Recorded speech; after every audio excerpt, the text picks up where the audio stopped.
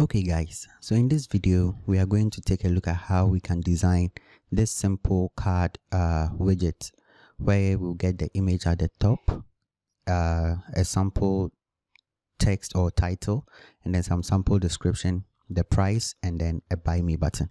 So that's just all we are going to do. We'll create this card and then we'll create this image. So if you are ready, let's jump right in.